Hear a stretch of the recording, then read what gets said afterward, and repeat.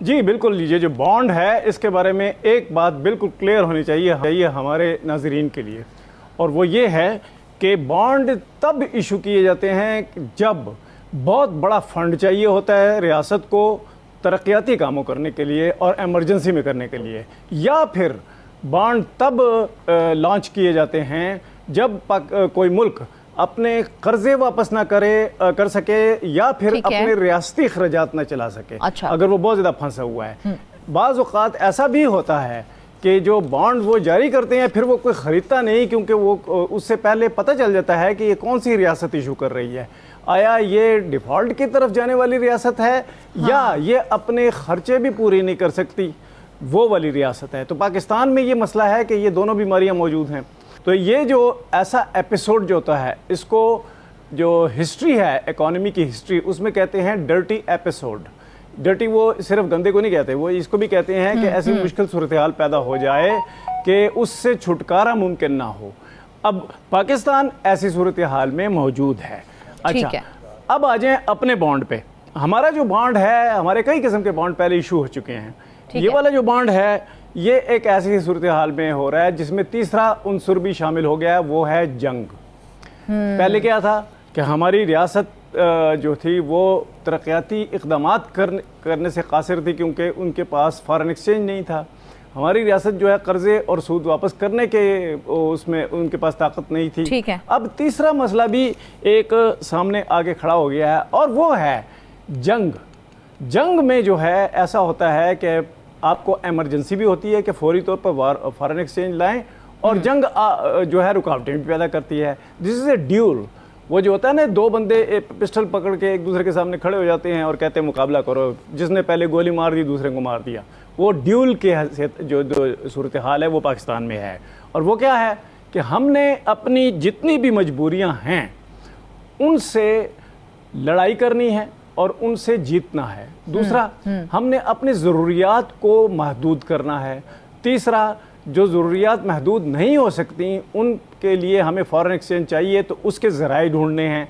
उन ज़रियों में से एक ये बॉन्ड है। बॉन्ड फ्लोट इस तरह होता है कि आपने पहले एक रकम रखनी है जो कि 28 करोड़ डॉलर है, फिर आपने उसकी प्राइस रखनी है कि फ़ी बॉन्ड प्राइस क्या है, और बॉन्ड की फ़ी बॉन्ड की जो मिनिमम वैल्यू है या मैक्सिमम वैल्यू है वो क्या है, और तीसरा इसका शरह सूद क्या होगा, क्योंकि जो भी बॉन्ड हमसे ख़रीदेगा जाहिर है वो अपने काम पूरे करने के लिए हमसे ख़रीदेगा ना, कि उनको बॉन्ड मिल गया, अब वो बॉन्ड उसने ख़रीद लिया और पाकिस्तान पे उनका सूद चढ़ता जा रहा है। वो जो सूद है उसको भी मुतय्यन करना होता है और ये भी बताना होता है कि ये बॉन्ड जो है ये रियलाइज़ कितने अरसे में होगा।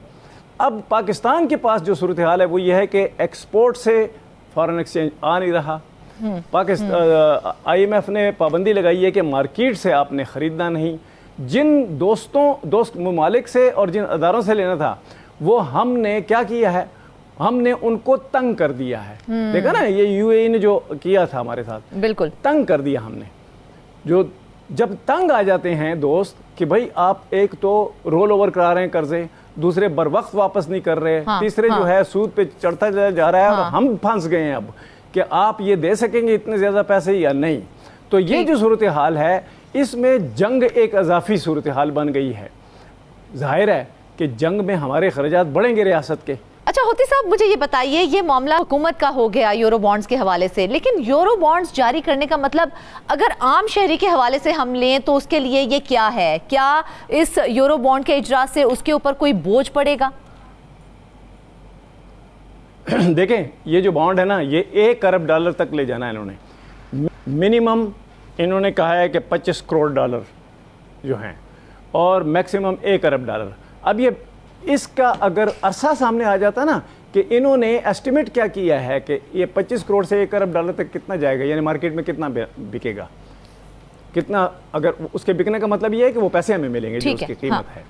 तो वो अगर उसमें जंग होने की वजह से लोगों के पास बजट्स कम हो जाते हैं ममालिक के पास, और कंपनियों के पास भी बजट कम हो जाते हैं। ये याद रखें कि ये कंपनियों की हैसियत से कम हैसियत वाले लोग जो हैं वो एक आधा 10 बॉन्ड इससे ज़्यादा ख़रीदारी की उनमें सकत नहीं होती।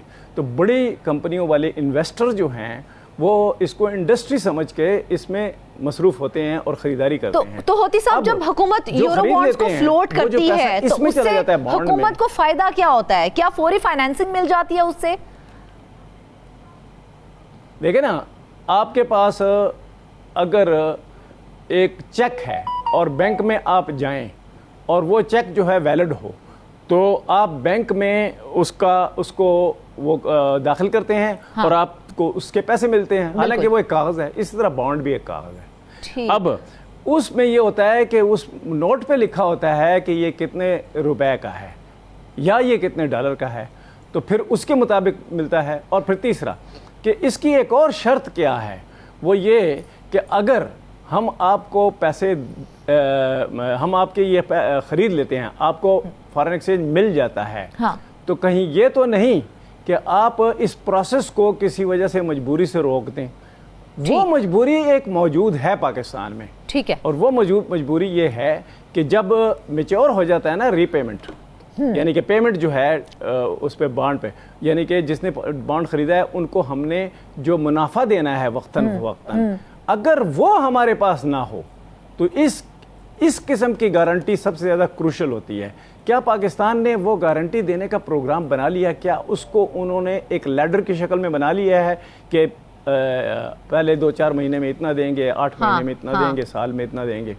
वो जो पेमेंट है, चूंकि आप रोल ओवर कर्जे इसलिए कर रहे हैं कि आपकी सकत नहीं है बर वक्त कर्जे अदा करने की, तो क्या ये भी ऐसा मामला है कि अगर उन्होंने बॉन्ड्स ख़रीद लिए शुरू में, और ज़रूरी नहीं कि बॉन्ड सारे ही एक साथ ख़रीद लें, ये तो टाइम में चलता है, तो अगर 2-4 महीनों के बाद पता चला कि उनको ये शक है कि ये हमारा सूद हमें नहीं देंगे, हाँ। तो फिर मार्केट में ये डेड हो जाएगा ये बॉन्ड। जी, लेकिन होती साहब, क्या यूरो बॉन्ड्स लेने का मतलब ये है कि मुल्क के अंदर जो बैरूनी कर्जा है उसका बोझ भी बढ़ रहा है? फिर जो आप जिस तरीके से भी पैसे कमाएं, सिवाय बिजनेस के, आपने बिजनेस किया और वो वाला बिजनेस किया जो प्रॉफिटेबल हो, ठीक है।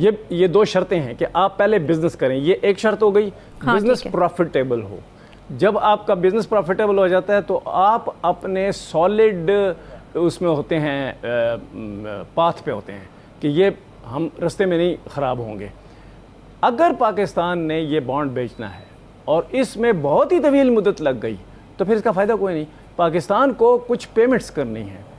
ये बॉन्ड बेचकर उन्होंने जो ख़रीदार से डॉलर लेने हैं तो उसके लिए एक टाइम टेबल बना हुआ है कि वो उन्होंने पेमेंट करनी है। वो पेमेंट चाहे वो डेवलपमेंट बजट के लिए करें, चाहे वो कर्जा वापस करने के लिए करें, चाहे बॉन्ड्स की जो रकम है, हाँ। सूद है, वो देने के लिए करें, लेकिन है तो डॉलर। हाँ। अब वो डॉलर जो है उसकी ट्रेजेक्टरी क्या होगी? क्या बर वक्त आप उनको उनका मुनाफा दे सकते हैं? क्या पाकिस्तान अगर बर वक्त मुनाफा न दे पाए 2-3 महीने, या ठीक पहली किस्त जारी कर दे हाँ। सूद की, दूसरी किस्त रुक जाए, तीसरी जारी कर दे, 5वीं रुक जाए, इस तरह अगर ये हुआ तो इसमें फेलियर का जो है एलिमेंट आ जाता है और मार्केट में पता ये जो होती साहब सूद की बात आपने की, मुझे इसके हवाले से आपसे पूछना है कि इस पर जो इंटरेस्ट रेट तय होता है, क्या वो पाकिस्तान जैसे मुल्क के लिए मुनासिब होता है या ज़्यादा महंगा होता है? किस तरह से इस रेट को तय किया जाता है? नहीं, ये तो इस पे है ना कि आपने जो बड़ी आसान मिसाल देता हूँ आपको। हाँ। जो फ़र्ज़ की आपकी करेंसी है, आपकी करेंसी रुपया है, डॉलर के मुकाबले में इसकी क्या वैल्यू है? राइट। जब ये तय हो जाती है तो फिर आपके साथ जो ट्रेडिंग पार्टनर्स होते हैं वो कहते हैं हाँ हम मुतमईन हैं, आप इतने डॉलर इतने पैसों के ख़रीद सकते हैं। ठीक है। ये जो आपकी कैपेसिटी है ये मुतमईन कर देती है ख़रीदार को। वो कहते हैं कि भाई ये जो काम प्रोग्राम बना रहे हैं इसके लिए इनके पास कैश मौजूद होगा जब ये मैच्योर हो जाएगा, यानी पेमेंट ऑफ इंटरेस्ट जो है वो मैच्योर हो जाएगी। तो फिर मार्केट में जो इसकी रेपुटेशन बनेगी वो ये होगी कि ये बहुत तेज़ नहीं बिक रहा,